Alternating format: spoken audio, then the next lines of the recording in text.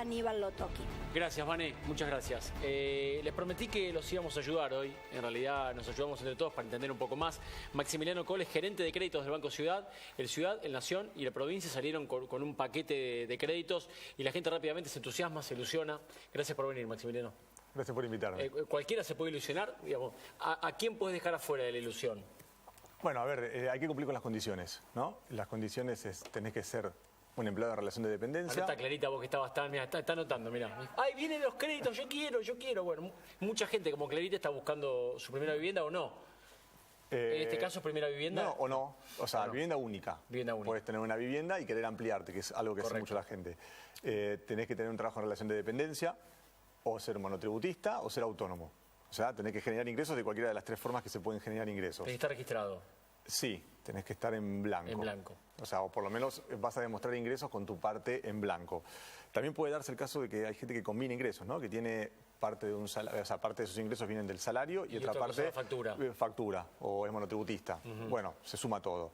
Y, por supuesto, se suman los ingresos de la familia, ¿no? Digo, vos, tu mujer, tu novia, tu novio. El banco no pide libreta. O sea, ¿no? Que quede claro. ¿Novia cuenta como familia? Novia cuenta, novio cuenta, todo, o sea, lo importante es que ambos puedan demostrar ingresos y los dos quedan como deudores y dueños de la propiedad que compran. O sea, nadie va a simular ser el novio si no lo es porque queda como deudor. Como deudor y como dueño, entonces tampoco el otro va a querer agregar a alguien y sea dueño de su casa. Lógico. ¿Y cuál es el aspiracional, digamos? ¿Hasta dónde se puede llegar con el crédito? En nuestro caso puede llegar hasta 2 millones de pesos.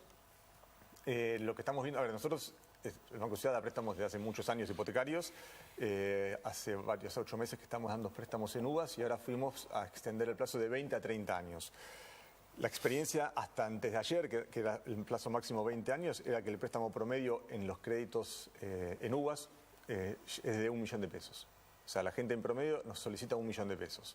Ahora, decime una cosa, Maximiliano, con los precios que tiene la ciudad, ¿no? Yo me rijo por la ciudad porque es donde vivo y donde me desarrollo.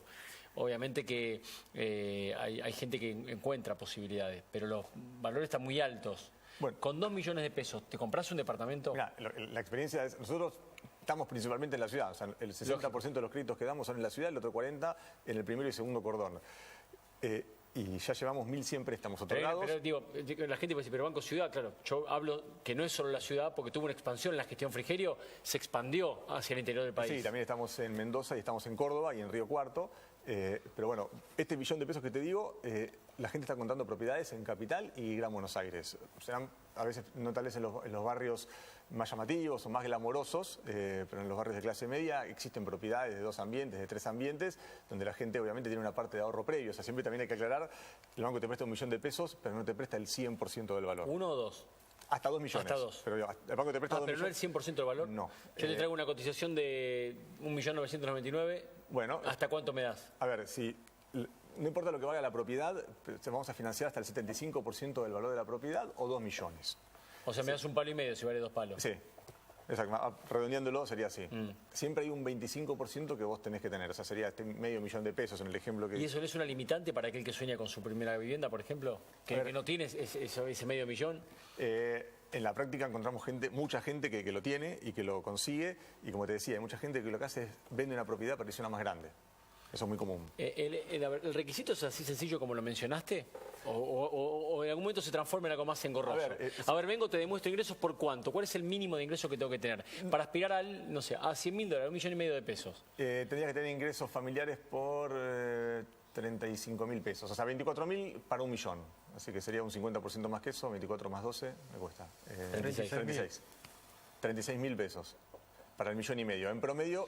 13.000 pesos de ingresos. De ingresos familiares. ¿Y la cuota después de cuánto es? La cuota va a ser en 30 años de 9.000 pesos. En el caso del 1,5 millones. Sí. 9.000 pesos. La primera cuota. ¿Y cómo se va actualizando esa cuota? Si el préstamo fuera en uvas, que es el ejemplo que acabamos de hablar, la cuota se va a actualizar por lo que crezca el índice de precios al consumidor, o lo que publica mensualmente el INDEC, o lo que se conoce como la inflación.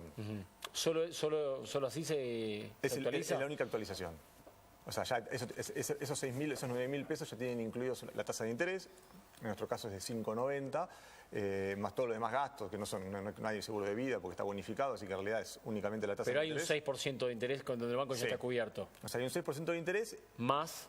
Y vos tenés todos los meses un ajuste en esa cuota en función de lo que crezca la inflación. A partir del disparador que fue que se conozca públicamente en los últimos días esta posibilidad, ¿hubo muchas preguntas en las sucursales? A ver, muchísimas. Cada vez que se habla de hipotecas genera mucha inquietud, mucho interés. Nosotros lo anunciamos el jueves, el viernes fue feriado, pero ya tuvimos mucha consulta en la web, o sea, lo notamos en la web y hoy ya tuvimos mucha consulta, mucho movimiento. Y desde que empezás hasta que te otorgan el crédito, ¿cuánto tiempo pasa? Si está todo bien y vas avanzando ante cada requisito. Si vos traes todos los papeles, que ahora te cuento cuáles son, en 45 días estás escriturando. O sea, eso implicó analizar el crédito, hacer la tasación, buscar el escribano, que el escribano haga su parte, ¿no? Que lleva a veces varios días porque tiene que ir al registro de la propiedad, revisar que la propiedad esté en condiciones, etcétera, y darte una fecha de escritura. En 45 días lo tendría, pero tenés que traerme todos los papeles. Los papeles van a ser los del deudor, si es un asalariado, de los últimos 3 recibos de sueldo. Con los últimos 3 recibos de sueldo. Bastante básico, ¿no? Accesible y sencillo. La única razón por la cual te pediríamos más recibos de sueldos, hay gente que a veces tiene horas extras, otros ingresos que no son periódicos y constantes. Entonces le vamos a pedir 12 meses para demostrar que eso sí es una constante y poder darle un monto mayor de préstamo. Pero si no, 3 recibos de sueldos. Y de la propiedad tenés que traer la información que necesitamos para tasarla. Y sos autónomo, las últimas 12 facturas. Si sos autónomo, te va a pedir los últimos 3 pagos de monotributo y que estés inscripto hace más de un año. Es lo único que te vamos a pedir. O sea, no vale inscribirse mañana para ir a pedir un crédito pasado. Tendrías que esperar un año, sí. Un año. Pues sí. Es un buen dato también para la gente. No vayas corriendo mañana a inscribirte porque no te van a dar el crédito. Siempre te vamos a pedir una antigüedad laboral de un año en el empleo actual. O si cambiaste de trabajo, 6 meses en el empleo actual con una correlatividad de un año en el anterior. No estamos viendo que sea un gran impedimento. O sea, mucha gente que nos viene a pedir préstamo tiene una antigüedad mucho mayor a un año. Y me decías, eso para el que va a pedir el crédito. Sí. ¿Y qué otro requisito hay? La propiedad. La propiedad tiene que ser escriturable. Eso es muy importante. O sea, no va el boleto. No. O un fideicomiso no está terminado, no. Si el departamento es nuevo, no hay problema, pero tiene que ser escriturable. O sea, tiene que tener final de obra, tiene que tener reglamento de copropiedad inscripto. O sea que los departamentos nuevos quedan medio como de costado. Hacemos mucho departamento nuevo. En el mercado donde trabajamos nosotros, lo que más hacemos es usado. Claro. También por el valor también, ¿no? Por el valor y por el mercado, o sea, porque hay mucha oferta. O sea, en la ciudad de Buenos Aires hay mucha oferta. Hay más oferta de usado que de nuevo. O sea, caminas cuadras y te das cuenta que lo que más hay es usado. Y bueno, vamos a necesitar el plano del departamento. Si es un departamento, el reglamento de copropiedad, y con eso se hace la tasación. ¿Por qué la Argentina estuvo tanto tiempo relegado en materia de crédito? ¿No? En el mundo entero casi podés optar por un crédito, nosotros casi no existía. La gente malgastaba su dinero en... A ver, viajar nunca está de más, ¿no? Pero a veces, ¿para qué voy a seguir ahorrando si igual la casa no la voy a poder comprar? Y la gente, cambiaba de televisor sin necesitarlo y compraba una pantalla más grande. En el mundo, el 95% de las propiedades se compran con crédito. ¿95? Sí. O sea, cuando hablo del mundo, es toda Europa, en el hemisferio norte y en los países limítrofes. ¿Y en la Argentina? En la Argentina... El 1. En la Argentina no llegamos a menos, tenemos menos del 10%. Y aparte hay una... ¿Pero tenemos el 10 en serio? 8%, una cosa así. Y hay una variable que también se tiene muy en cuenta, que es la profundidad del crédito hipotecario. En Argentina el crédito hipotecario no llega al 1% del PBI, cuando en Chile es el 20% del PBI. O sea, el mercado chileno es 20 veces más grande que el nuestro.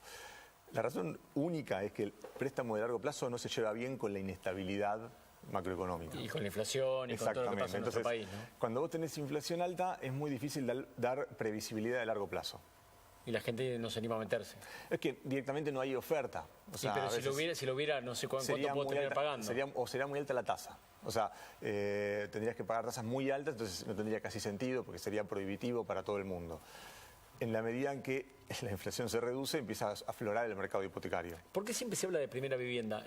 Creo que de los 3, el Banco Provincia te da porque sea segunda vivienda también, creo, ¿no? Sí. No te voy a meter en un terreno que no es el tuyo, pero ¿por qué la primera vivienda? En algunas líneas, por ejemplo, Procrear. A ver, como hay un subsidio del gobierno, o sea, en Procrear tenés un subsidio donde te pueden dar hasta 400.000 pesos cash para que compres tu propiedad. Entonces, entiendo que la política pública lo que intenta priorizar es el que no tiene una vivienda. O sea, quiere ayudar primero. Lógico, lo cual resulta lógico. Claro, dado una demanda casi infinita, viste, como dicen los economistas, o sea, los recursos son escasos, vayamos primero a ayudar al que más lo necesita. Pero eso es por los recursos, porque no hay una billetera de payaso para todo aquel que quiere un crédito. Con un mercado completamente desarrollado, digamos, o sea, a los países limítrofes no existen ese tipo de limitaciones. Claro. Pero bueno, tenemos que llegar a esa instancia. Quiere un crédito, reúne condiciones, tómelo, señor. No importa si es primera, segunda o tercera. Los bancos en Chile se pelean por darte el préstamo hipotecario. O sea, no en Estados Unidos, digo, en No te vecinos. preguntan si es primera, segunda, tercera vivienda. No, o sea, serán tasas Reunir los distintas, requisitos, tome. te querrán cobrar más o menos según tu riesgo, como hacen los bancos, ¿no? Como hacemos los bancos. Algunos son más riesgosos, menos riesgosos, le cobran un poco más, un poco menos, se pone un precio a ese riesgo, pero se pelean por dar préstamos hipotecarios. Y hace algunos años estaban igual que nosotros los chilenos. ¿Esto significa, Maxi, que a los bancos les sobra plata? ¿En Chile me decís? No, acá. De repente tienen todos plata para prestar. ¿Cómo es? No, a ver, lo que está pasando hoy O aprovechan que la gente blanquea mucho dinero que no sabe qué hacer. No, es que el instrumento, la UVA, que es algo que no se podía hacer hace un año, nos permite dar préstamos de largo plazo. ¿Por qué? Porque te permite tener un préstamo que va ajustando con la inflación. Entonces, pensá que nosotros los bancos tenemos que también devolver al depositante un depósito y convencerlo a través de una tasa de que deje el depósito en el banco.